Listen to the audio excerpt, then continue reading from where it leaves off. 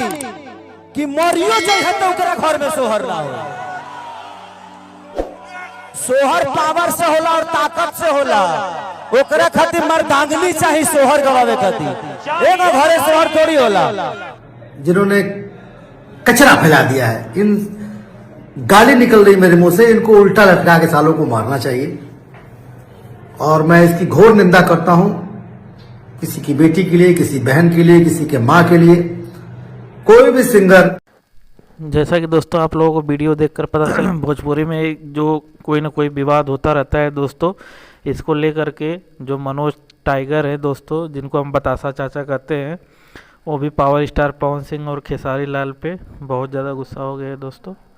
और जहाँ तक कि दोस्तों इनके बारे में बात किया जाए दोस्तों, तो ये लाइव आकर के दोस्तों पावर स्टार पवन सिंह और खेसारी लाल यादव को खरी खोटी सुनाए हैं। और दोस्तों इन्होंने बोला है लाइव में कि किसी भी सिंगर के ऊपर, किसी भी माँ बेटी के ऊपर में कोई गाना नहीं गाना चाहिए, न कोई टिप्पणी करना चाहिए। हर कलाकार की पर्सनल एक लाइफ होती है जिसको कभी भी समाज में नहीं उछाला जाना चाहिए। ये बहुत गलत बात है, इसका मैं बहुत निंदा करता हूँ। ऐसा दोस्तों मनोज सिंह टाइगर जी ने कहा है।